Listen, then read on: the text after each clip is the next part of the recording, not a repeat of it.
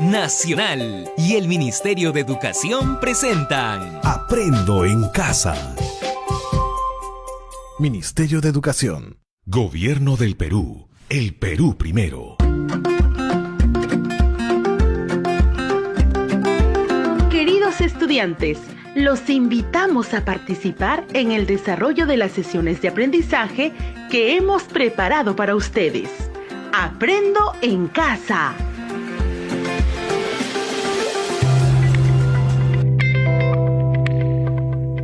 La clase de hoy es Soy un cuentacuentos. Buenos días, queridos estudiantes del tercero, cuarto y quinto grado. Hoy es un nuevo día, asumiendo con responsabilidad estar en casa para prevenir la transmisión de esta pandemia del coronavirus. Es también una oportunidad para aprender en casa, acompañado de tu familia, empleando como medio la radio local. Nos gustaría iniciar preguntándote, ¿alguna vez alguien te ha narrado un cuento o un relato? ¿Con qué frecuencia lo han hecho?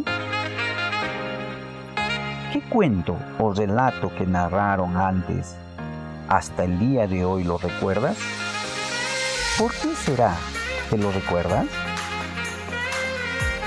Permítame que te cuente una experiencia personal. Recuerdo que cuando era un adolescente como tú, siempre escuchaba con atención la narración de historias que me contaba mi abuelita. En una ocasión, ella me narró sobre la leyenda del Chuyachaki, un ser mitológico de la selva, que un día se le apareció a una joven que estaba sembrando en su chacra y con engaños la llevó a su morada. Papá, mamá, abuelos, todos sufrieron mucho la ausencia de la joven. Por más que la buscaron con ayuda de los curanderos, de las autoridades de la comunidad, no pudieron encontrarla y jamás regresó a su hogar. Nadie volvió a saber de ella. Esta historia está presente en mi memoria, aún como si fuese ayer que me la contaron. La escuché con tanta atención que me permito hoy contarlos a ustedes.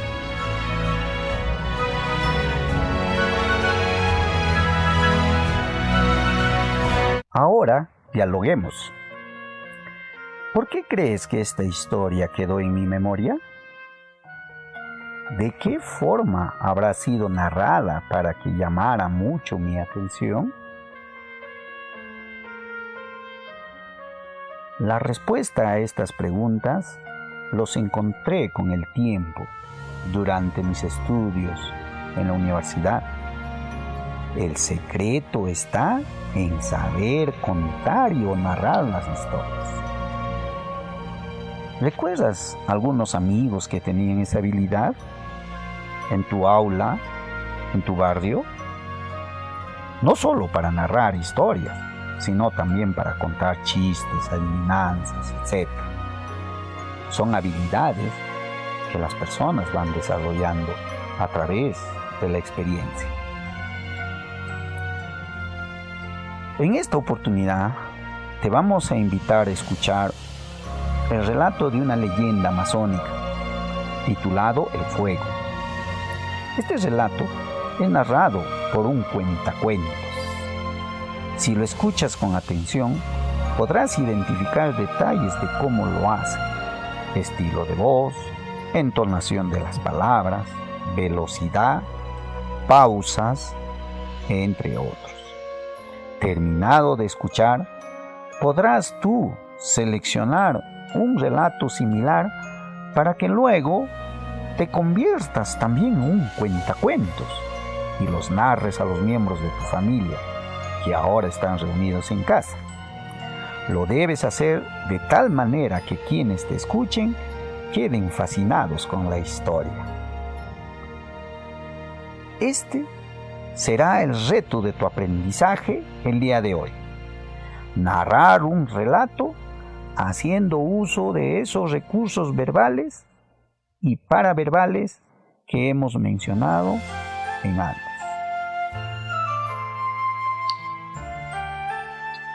La clase de hoy es Soy un cuentacuentos. Buenos días, estimados estudiantes. Hoy es un nuevo día, asumiendo con responsabilidad estar en casa para prevenir la transmisión de esta pandemia del coronavirus. Es también una oportunidad para aprender en casa, acompañado de tu familia, empleando como medio la radio local. Nos gustaría iniciar preguntándote, ¿alguna vez alguien te ha narrado un cuento o un relato? ¿Con qué frecuencia lo han hecho? ¿Qué cuento o relato que narraron antes, hasta el día de hoy lo recuerdas? ¿Por qué será que lo recuerdas? Permítame que te cuente una experiencia personal. Recuerdo que a continuación vamos a narrarles una leyenda, el fuego. El pico del loro no siempre ha sido corto y torcido, ni el plumaje del gallinazo tenía ese feo color negro con ceniciento. Era largo y respetable el pico del loro y el plumaje del gallinazo de color dorado. Tampoco la cabeza del buitre ni el pescuezo del manchaco eran pelados. Estaban protegidos por plumajes abundantes y delicados. Lo que ocurrió con ellos vas a oírlo ahora. Resulta que es una mala época para los antepasados por las muchas cosas indispensables de que carecen. Pero de todas ellas, la que más les hace falta es el fuego. El Inca, encargado de hacerles llegar el fuego, se ha apoderado de él para su beneficio personal y se niega a compartirlo con nuestros antepasados. Y por culpa de este gobernante mezquino, sufren muchas privaciones. Sufren el frío de las noches y no pueden protegerse del otorongo que llega a la oscuridad. Mete la zarpa en los mosquiteros y se lleva a los niños. Les es imposible quemar las cerámicas, así como la maleza de las chacras para cultivar. Están impedidos de confeccionar sus flechas y labrar sus canoas, ahuecando los troncos con el fuego. Y, lo peor de todo, se ven obligados a devorar crudos sus alimentos. Los intentos por rescatar el fuego del poder del Inca han costado la vida a muchos antepasados, porque además de mezquino, este gobernante Inca es cruel y perverso y castiga severamente al menor intento de rebelión. Los animales, que por entonces son personas como nosotros, se compadecen al presenciar los sufrimientos de nuestros antepasados. Esto no puede seguir así, dice el loro cierto día. Estoy de acuerdo, dice el gallinazo, pero ¿qué podemos hacer? Son muy fuertes y altos los poderes del mezquino. Pero es más alto nuestro vuelo, sentencia el loro. Es así que el gallinazo contempla con mucha admiración cómo el loro se aproxima al patio del Inca. Se esconde entre el follaje frondoso de la selva y, disimulando entre las hojas su ropaje verde azul, espera inmóvil y silencioso el momento propicio. En el patio, la mujer del Inca se encuentra apartando el fogón de la hojarasca caída de los árboles y el Inca vigila el fuego para evitar que se extinga. En un momento de distracción de ambos, vuela el loro hasta el fogón, atrapa entre su pico un tizón encendido y reanuda el vuelo. La mujer vocifera al descubrir al ladrón y el Inca mezquino trata inútilmente de interceptar su fuga armado de una rama. Es tan raudo el vuelo del loro que va dejando en el aire un reguero de chispas. El viento aviva el corazón rojo de la brasa y el loro soporta el tormento del fuego en el pico que va perdiendo su forma.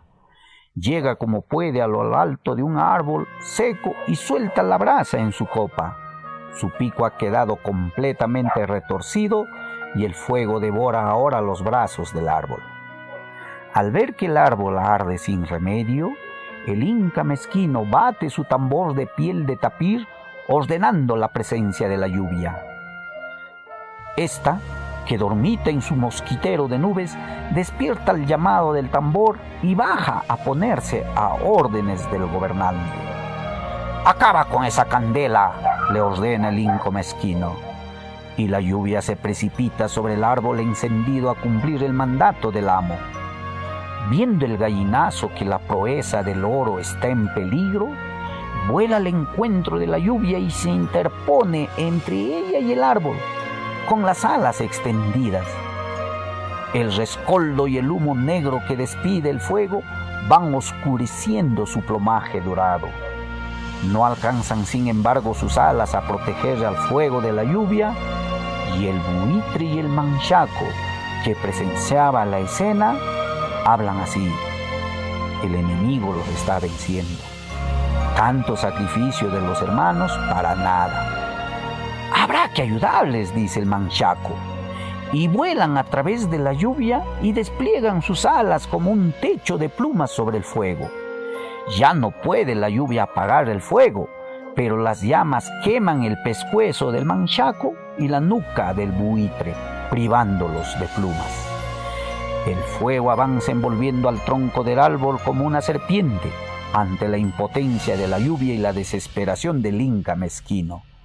Y cuando llega a las raíces, el árbol se desploma con estrépito y el fuego se derrama por toda la floresta. Desde ese momento cambia la existencia de nuestros antepasados. Ya pueden hacer fogones para cocinar sus alimentos y preparar las medicinas, fogatas para abrigarse en las noches frías y ahuyentar a los otorongos y boas, pequeños fuegos para elaborar las canoas y flechas y grandes fuegos para quemar las chacras, hornos para las cerámicas y antorchas para alumbrarse en las noches sin luna. El oro, el gallinazo, el buitre y el manchaco quedaron para siempre con las marcas de su atrevimiento. De ellos aprendimos que los padecimientos no tienen importancia cuando se trata de corregir una injusticia.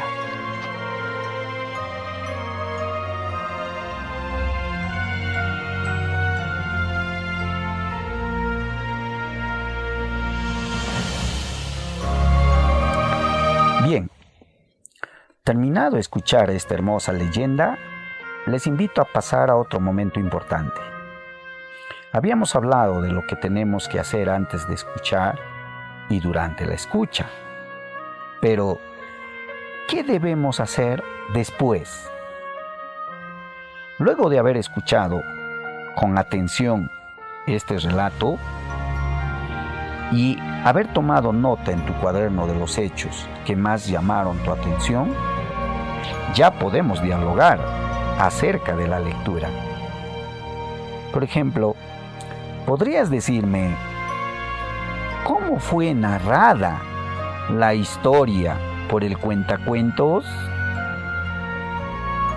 Recuerda, cuentacuentos es una persona que narra oralmente cuentos, relatos, historias. Para ello, hace uso de varios recursos. Uno de ellos son los recursos verbales, que es el lenguaje oral, ¿no? La forma como expresa los cuentos. Otro recurso que utiliza son los no verbales. Entre ellos están los gestos, movimientos corporales, su creatividad al narrar la historia ante un público determinado. Y también utiliza recursos paraverbales, como la entonación e inflexiones de la voz, distancias, velocidad a la que habla, pausas que debe realizar.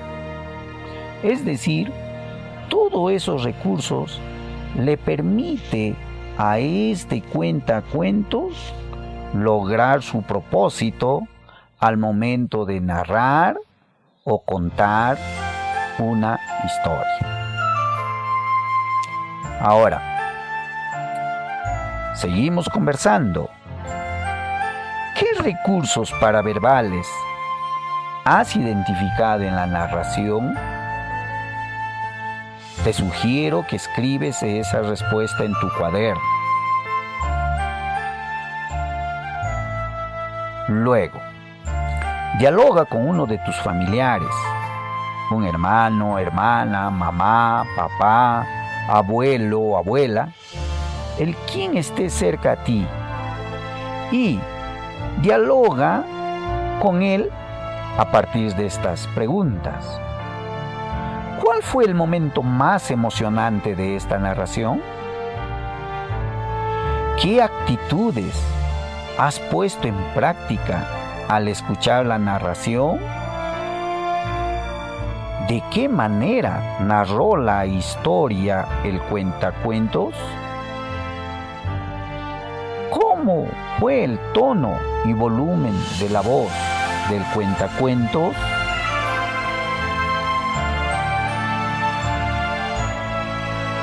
Es tu turno ser un o una cuentacuentos. Para ello, toma nota de lo que te diré. Selecciona un relato que sea parte de tu tradición oral. Escríbelo en tu cuaderno y ensaya haciendo uso de los diversos recursos que hoy has aprendido. Los recursos verbales, que es tu lenguaje oral que expresas en tu voz. Los recursos no verbales, como los gestos, movimientos corporales, postura, expresión facial y tu creatividad para narrar la historia. Y los recursos paraverbales, como la entonación e inflexiones de tu voz, velocidad cuando hablas, énfasis en algunas cosas, pausas que requieres hacer, etc. No olvides desplazar la mirada y tu cuerpo para darle más énfasis a la narración. Cuando ya estés listo o lista, condiciona un espacio en tu casa para tu público, que en este caso será tu familia. Reúneles, invítales y nárrales la historia que has seleccionado con tus propias palabras y con tu creatividad. Te recomiendo usar elementos como una vestimenta, un sombrero, entre otros, que ayuden a enfatizar el relato. Una vez que hayas cumplido el reto, escribe tu experiencia como cuentacuentos en tu cuaderno y desarrolla las siguientes preguntas que te van a ayudar para tu registro. ¿Qué pasos seguiste para cumplir el reto? ¿Qué recursos no verbales y paraverbales has usado mientras narrabas? ¿Cómo te has sentido al momento de narrar? Después de ello, recoge la opinión de tu familia acerca de cómo fue tu desenvolvimiento como un cuentacuentos. Pregúntales y registra sus respuestas en tu cuaderno. Entre esas preguntas, formula algo como: ¿te gustó la forma como narré la historia? ¿Por qué? ¿Qué sugerencias me harías para seguir mejorando como un cuentacuentos? Recuerda, es importante conocer nuestras tradiciones orales y la de otras regiones porque son parte de nuestra identidad peruana. Una forma de valorarlas es transmitiéndolas como tú lo hiciste esta vez. Sé que ahora eres un cuentacuentos.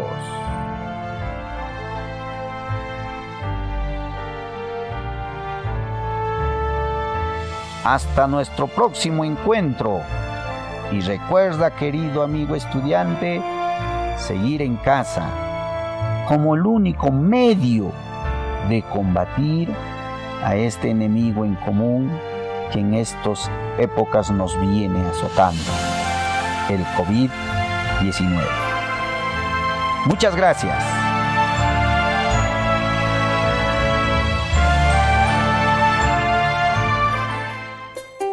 Nacional y el Ministerio de Educación presentaron Aprendo en casa. Ministerio de Educación. Gobierno del Perú. El Perú primero. El Perú primero.